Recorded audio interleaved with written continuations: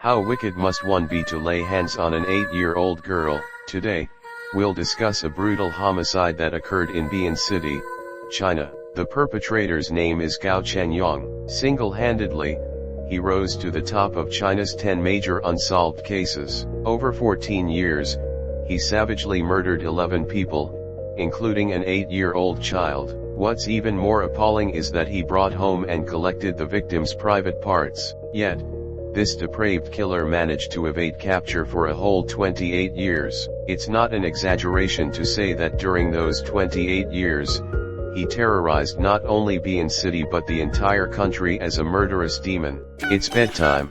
Banana Cat is here again to tell everyone about the case. Date, May 26, 1988. Location, Yongfeng Street, Bian City, Gansu Province. The beautiful Little White Shoes returned home. She was often referred to as Little White Shoes because she always wore a pair of white shoes and loved to sing and dance. After finishing her dance, she felt a bit tired and went back to her bedroom to sleep. Since neighbors often visited, she habitually left the door slightly ajar. Not long after, a shady man passed by. His name was Gao Chenyang, and he had a penchant for petty crimes. Seeing the door partially open, he sneaked inside. As he rummaged through drawers searching for valuables, Little White Shoes woke up. Instinctively, the girl screamed, but this only brought about tragedy. Gao Chenyang quickly covered her mouth and stabbed her abdomen with a sharp knife. Despite her fierce struggle, he then slashed her neck. Soon, Little White Shoes stopped breathing. However, seeing the bed covered in blood, Gao Chenyang's twisted desires took hold. He quickly locked the door from the inside and began to undress the girl. After a frenzy of violence, he still wasn't satisfied. He grabbed the knife and stabbed the corpse multiple times until the girl was unrecognizable. Gasping for breath, he ended it all. Leaving the girl's house, he ran to the Yellow River Bridge. Seeing no one around, he disposed of the blood-stained knife in the river. This incident terrorized the people of Bian City, marking the beginning of Gao Chenyang's reign of terror. Little White Shoes' death was a devastating blow to her family. Her relatives lived in perpetual sadness. Her younger brother, still in school, fell into depression and tragically passed away in 1990 from an overdose. 26 years later, their mother also passed away with regrets. Only Little White Shoes' father remained, waiting for the truth to come to light. In 1988, Bian City police mobilized a large force to investigate the crime, but due to limited resources, they failed to find the culprit. After committing this crime, Gao Chenyang lay low for a few years until 1994 when his murderous urges resurfaced. Date, July 27, 1994. An 18-year-old girl with the surname Shi was sleeping in her dormitory. She resided in the staff dormitory of the Bian City Power Supply Bureau. There was a security room at the entrance, and many staff members lived in the dormitory building. Despite this, Gao Chenyang still targeted this location. He infiltrated the dormitory building and found someone in the hallway. He then proceeded to the 4th floor. After a brief search, he pushed open the door of Shi's room. She woke up to investigate and spotted the intruder. She prepared to scream, but Gao Chenyang reacted swiftly.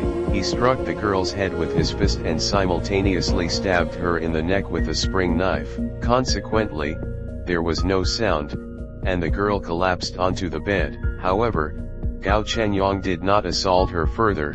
Instead, he subjected her to a cruel and inhumane psychological release. According to forensic examination, the deceased Shi suffered multiple stab wounds, with several organs ruptured. The description of her injuries was akin to being riddled with holes. Following the incident, the police believed the perpetrator's actions were excessively brutal, indicating a motive for revenge. Therefore, a special task force began investigating Shi's social connections, even stationing themselves at the Power Supply Bureau. However, the case remained unsolved. By this time, Gao Chenyang had already fled Bian City and found work in Baotou City. He worked as a boiler worker, a demanding job but one with decent income. During the day, he toiled away, and at night, he went to nightclubs to dance and unwind. However, The depraved Gao Chenyang found life dull and yearned for the taste of blood. On the night of March 26, 1997, Gao Chenyang scoped out the Kunjalun district.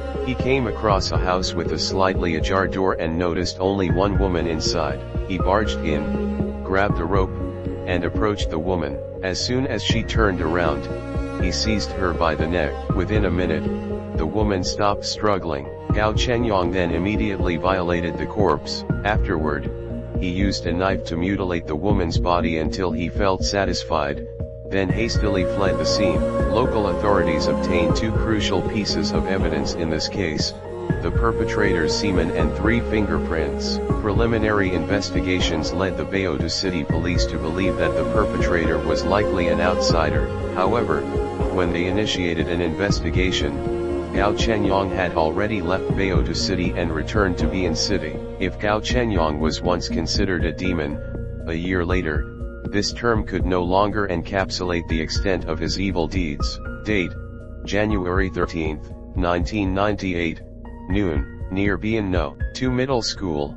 Gao Chenyang was strolling when he spotted a young woman with long hair carrying a basket. Captivated by the scent of her perfume, Gao Chenyang couldn't contain his excitement. He followed the woman until she reached a house. As she opened the door with her keys, Gao Chenyang swiftly approached, embraced her, and forced his way in. Before the woman could react, he slit her throat with a knife, allowing her to struggle in agony until she lost consciousness. He then locked the door behind him and proceeded to indulge in his depraved desires. Afterward, he took away parts of the woman's flesh. Since the woman lived alone, her body wasn't discovered until 3 days later by her returning husband. According to investigation notes from the Bian City Police, the victim suffered from 16 stab wounds, with missing skin from her ears and head, indicating potential evidence taken by the perpetrator. The body showed signs of further violation,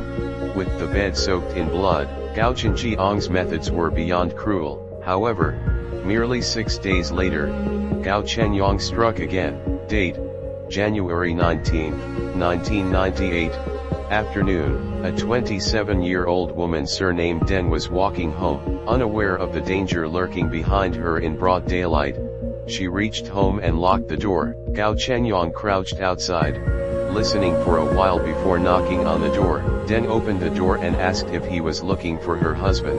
Gao Chenyang smiled and nodded repeatedly, then entered.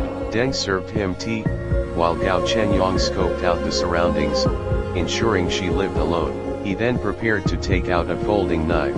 However, Deng's phone suddenly rang, and they both froze. Sensing danger, Deng attempted to run toward the door but was stabbed from behind by Gao Chenyang. Despite Deng's loud cries for help, Gao Chenyang intensified his attack. After satisfying his urges, Gao Chenyang took 2 things with him as he left: the woman's gold ring and her left nipple. After this crime, Gao Chenyang disappeared for 6 months. However, this brief hiatus only fueled his twisted desires to new heights. The next crime could be described in Gao Chenyang's own words: "I think I am a demon, a bit crazier." July 30, 1998, a day of continuous drizzle. An 8-year-old girl surnamed Yao was playing alone at home. Her father was away on a business trip, and her mother had gone to work at noon. Her mother had considered whether it was safe for the child to be alone at home, but she felt that taking the child to work every time would inconvenience others, so she decided to endure it and left home alone. But what she didn't expect was that at this moment, a demon was passing by her. Even more terrifying was her home was only about 20 meters away from the Power Supply Bureau, the same place where a homicide occurred 4 years ago. Who could have imagined that the demon would brazenly return to this place to commit another crime? A few hours later, the girl's mother returned home from work. As soon as she entered the door, she sensed something was wrong. She hurriedly ran to the room to look for her child and found an unforgettable scene in the wardrobe. Her daughter was curled up in the corner, with a man's belt hanging around her neck. Due to the extreme nature of this case, few details are provided. The police obtained 2 pieces of evidence. One was a male biological sample, and the other was a fingerprint on a water cup. November 30, 1998, Gao Chenyang got up early.